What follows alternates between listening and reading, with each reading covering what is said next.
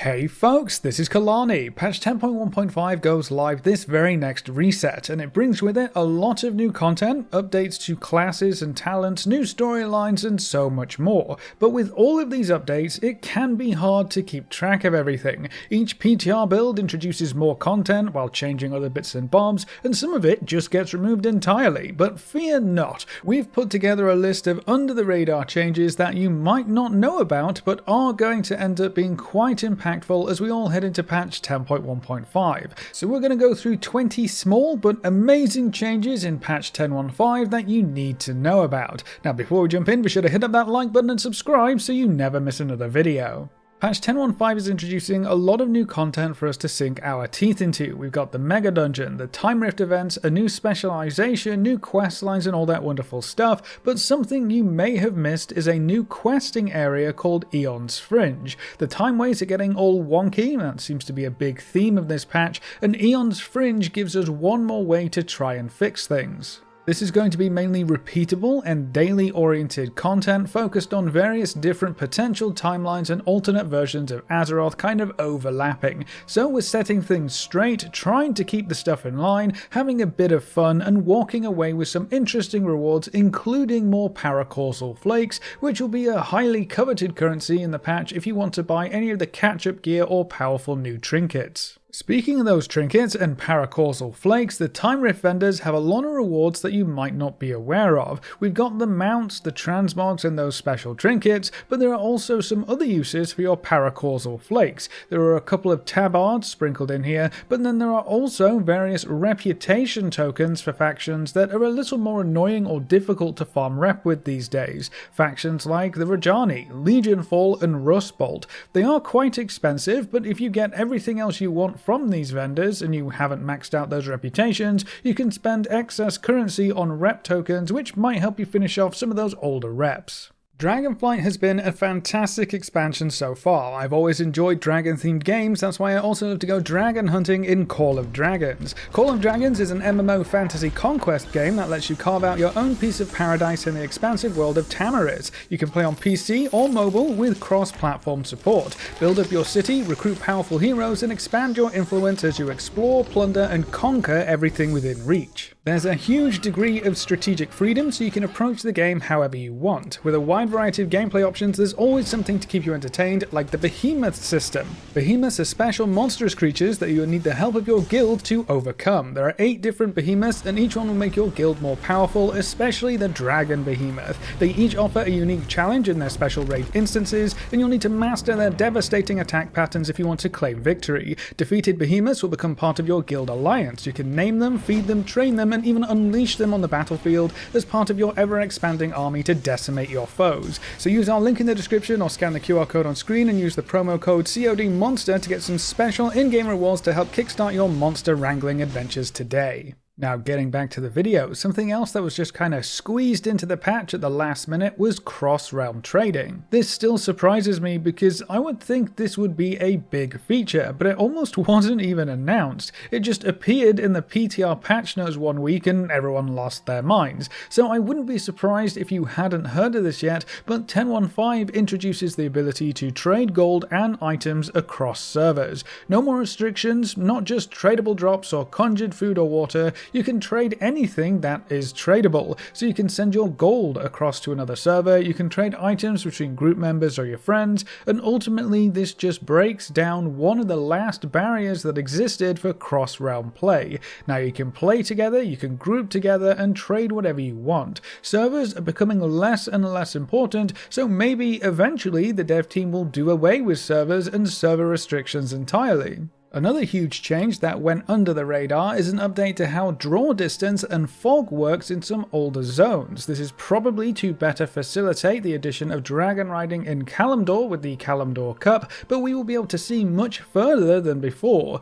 These screenshots from the dev team put the update into perspective quite nicely, so we'll be able to see terrain further out and what we can see will be clearer. The fog won't appear quite as soon, so we'll get to see a bit more of our World of Warcraft in certain zones, which is going to be really cool. I hope they apply the same changes to every zone, especially when dragon riding becomes completely open and available to use whenever and wherever you want, because the longer view distance just looks so much better in my opinion. And then 10.1.5 also introduces a whole bunch of interface updates and changes. There's new art for various icons, a new visual for cooldowns and action bars, but one of the larger updates is the addition of a sell old junk button. I know most players who roll with a lot of add-ons probably have this functionality already, but it's now baked into the vendor windows, so you don't have to rely on an add-on for that specific function anymore. For anyone who wasn't using an add-on to get this done, you have no idea how much time you are going to save going forward. Clicking to sell each and every piece of junk? No thank you. Sell all junk is such a wonderful quality of life addition, and it's finally part of the baseline game.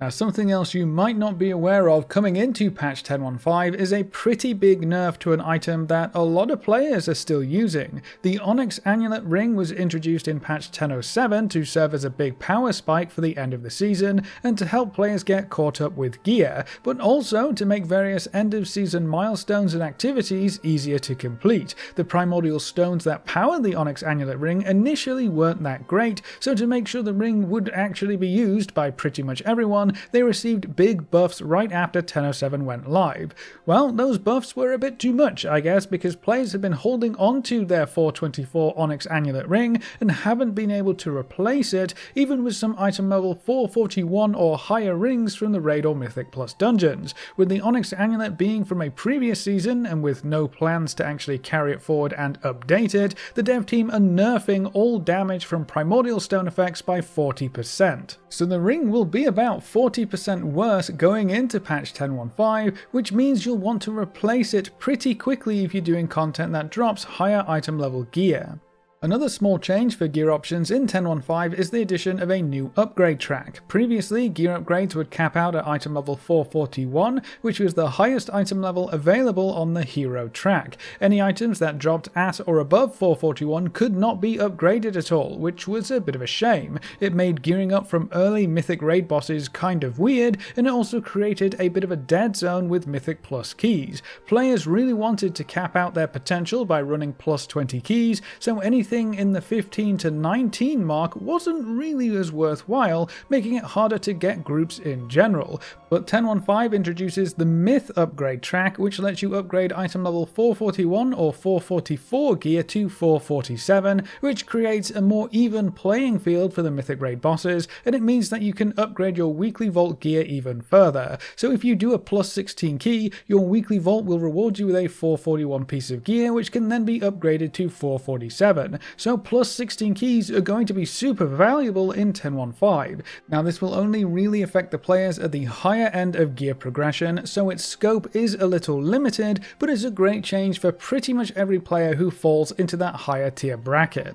Another big change for gear in 10.1.5 is a change to how gear will drop in the raid going forward. With the Catalyst in full swing, tier gear is much more accessible now, which also makes tier drops in the raid far less valuable. Getting tier drops can actually be seen as a bad thing at this point, because it fills a loot slot that you might have wanted to use on something else, like those shiny class trinkets or the rare item drops. In a recent interview, Eons said that after the patch goes live, tier set tokens will actually have a lower chance to drop in the raid. So for a group of 20 players, instead of 2 tier tokens dropping, only 1 should drop, but the same number of total pieces of gear will drop, which is 4 for a 20-man group, which means you're going to get 3 pieces of non-tier gear instead of just 2. This means that class trinkets, rings, or special items like the cloak and weapons, all of that stuff now actually has a higher chance to drop. That's a great change going forward, because the Catalyst can fill all of your tier set needs now, so having a higher chance to get more usable and useful loot is definitely a bonus. Now, speaking of the Catalyst, the Revival Catalyst will also see an update in this patch to allow you to convert items from the previous raid or season to unlock those older sets of Transmog. So if you have any leftover items from the Vault of the Incarnates raid or gear that still works for the Vault of the Incarnates Transmog sets, like the Primal Infused gear that you can buy and upgrade with Elemental Overflow or use the gear tokens from 10.07 to obtain, you will now be able to convert those items into the appropriate tier set pieces or Transmog. This should make it easier to obtain the Vault of the Incarnate's transmog sets overall, and these conversions are also completely free. It's not going to use a charge and it doesn't cost any currency, so that's really nice. As an interesting addition, this is also going to work for Shadowlands gear for the Sepulchre of the First Ones or Zereth Mortis gear, so if you missed out on those transmog sets from the previous expansion, you can actually go back and use the Catalyst to help you fill out those collections as well. There's also going to be a lot of special gear to look forward to in the Dawn of the Infinite Mega Dungeon. Not only will it drop at item level 437, making it incredibly powerful for anyone who doesn't already raid on Heroic or above, but some of these items have really cool effects and special transmogs. There are a lot of time-related effects, there are weird new stats, and everything can be upgraded up to item level 441, so the gear that comes from the Mega Dungeon could be insanely powerful. Couple that with some of the other gear sources we have in the new patch, and it's looking like it will be a great time to gear up any of your ults or even your main character if you don't usually take part in endgame content. Some of this special gear could even be best in slot, so there are a lot of rewards to look forward to. That's not all of the special loot we can obtain from the new Mega Dungeon though. Something you really need to know about is the Reigns of the Quantum Courser. This thing is going to change how mount farming works in World of Warcraft, and essentially is going to give you an extra chance to get all of those old super rare mounts but in one location. This item seems to have a chance to drop from the last boss in the Mega Dungeon, and when you use it, it can turn into a mount from the past. We still aren't sure how specific this is going to be, but we do know it can at least turn into old raid mounts. That should include things like Ashes of Allah, Invincible, or Midnight. It could also include rewards from any old expansion, so we're going to have to wait and see just how wide the scope of this item is, but it does just say from the past. It could be anything, or it could just be raid mounts. We won't really know until people start getting it and using it, which I am very excited for. There are also similar items for Transmog, one for each type of weapon and armor piece, so there's one for axes, one for swords, daggers, chests, legs, you get the idea. So not only do we have access to something that can give you random old mounts, but you can also get random old Transmog. The same questions apply: which expansions count, what kinds of drops, can we get unobtainable items? We just won't know really until we get some hands-on data. The good news is that while the mount item seems to be quite random and potentially rare, when we cleared the Mega Dungeon on the PTR, at least one Quantum Transmog item dropped for every player, so you'll be getting some Transmog unlocks every time you run the dungeon by the looks of things. It's really going to help you out filling in those Transmog collections, especially if you're missing very hard to obtain items or even unobtainable items. These quantum items are very interesting to me because I think they also point at a larger change happening in the background, but for now I'll just enjoy the fact that we have multiple avenues to obtain these older collectibles.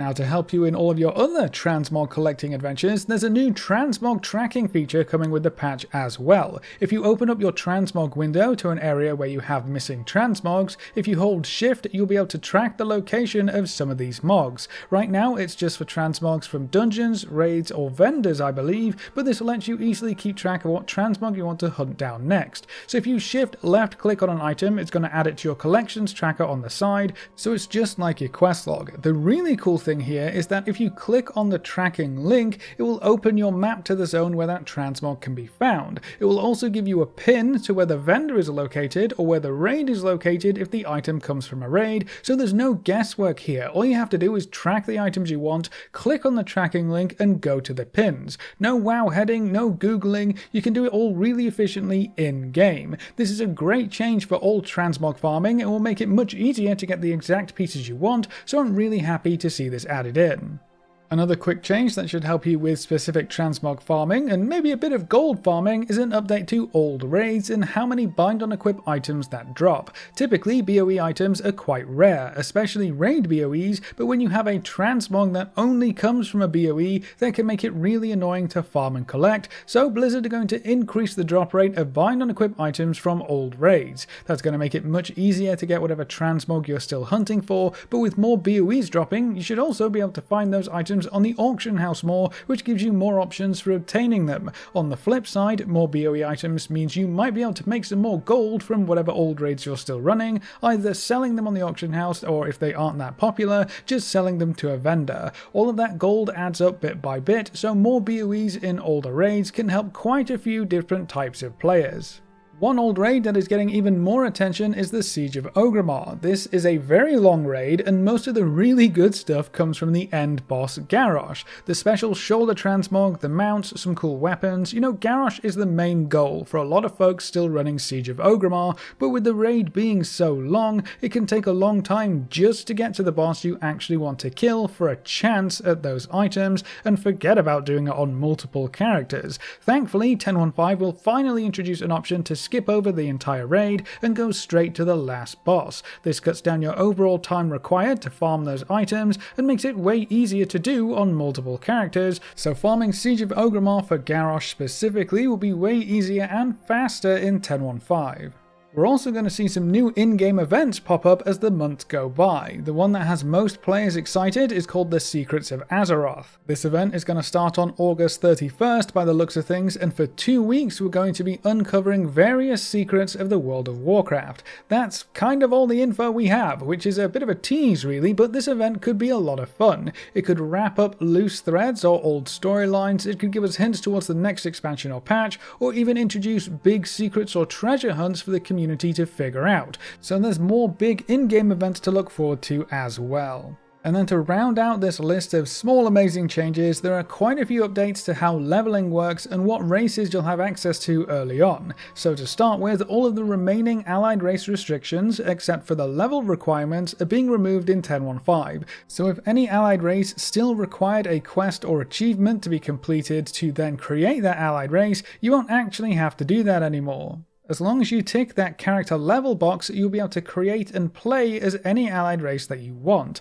The level requirements were also lowered down to level 40 when it used to be 50, so you can create allied races sooner than before as well. I never got around to unlocking a few of these, especially over on the Alliance side because I haven't played Alliance in a while, but I'm actually really excited about this. I can finally get an Alliance character leveled up with all the cross-faction gameplay options, and being able to play any allied race is just the icing on the cake. Now for leveling specifically, Chromie time was extended to level 61, various restrictions for playing the expansions have been removed, and Chromie actually explains what Chromie time is and provides a lot more information, so hopefully newer players won't get confused with the timelines and how everything is in the past and all that jazz. The leveling experience in WoW is still really weird when it comes to following a storyline, but at least now they explain that Chromie time is kind of a collection of stories from the past, not the main storyline of the current expansion. In addition to those changes, Exile's Reach has seen some improvements. The introductions after the Exile's Reach zone have also been streamlined and improved. Allied races should now be sent straight to Chromie instead of the outdated quest boards to make that starting experience smoother as well. But perhaps one of the most important updates for leveling characters in 10.1.5 is how learning riding skills is going to work. After the patch goes live, you'll automatically learn riding skills depending on your level. At level 10 you'll get your first ground riding, level 20 will be fast ground mounts, level 30 is your first flying unlock, and then level 40 will actually give you master riding for free. So not only do you unlock riding as you level without having to visit a trainer, but you don't have to fork over any gold either. Master riding still costs 5,000 gold, so if you don't have master riding on your characters for whatever reason, you're actually going to save a lot of gold if you just wait for the patch to go live. Any character over level 40 will automatically get master riding, so if you suddenly start flying through the air faster, that's probably why. This will streamline the leveling process and make it easier for newer and returning players to quickly get up to max level, or just save you a bunch of gold on your ults. And then just in case you didn't already know, any character that you haven't played in a while will also have the option to claim a welcome back gift on the character select screen. Using this gift or gear update will give you the choice to clear your quest log, clear your inventory and mail it to you, give you a whole new set of bags, a full set of level and spec appropriate gear, and teleport you to your main city. So you're all ready to set out on an adventure without having to worry about where this character was last played, or which quests they were supposed to be on, or whether their gear even makes sense anymore. It cleans everything up, so all you need to focus on is getting back into the game. It's going to be great for any returning players or just to get your ults into gear quickly. But that's our list of 20 amazing small changes in patch 10.1.5 that you absolutely need to know about, so that's it for this video. Is there anything on this list that really surprised you, and are there any other small updates coming with the patch that you think needed to be in this video that I missed? Leave all your thoughts in the comments section below. A big thank you to all of our supporters over on Patreon and to all of our members here on YouTube. You can see the names floating by on screen. If you'd like to add your name to the end of every video with a special shout out at the start of the next video, you can find links in the description over to Patreon or click the join button just below this video. And if you want to see more videos like this, make sure to subscribe and ring that notification bell so you never miss another video. Thanks for watching folks, good luck and have fun, and as always I will see you next time.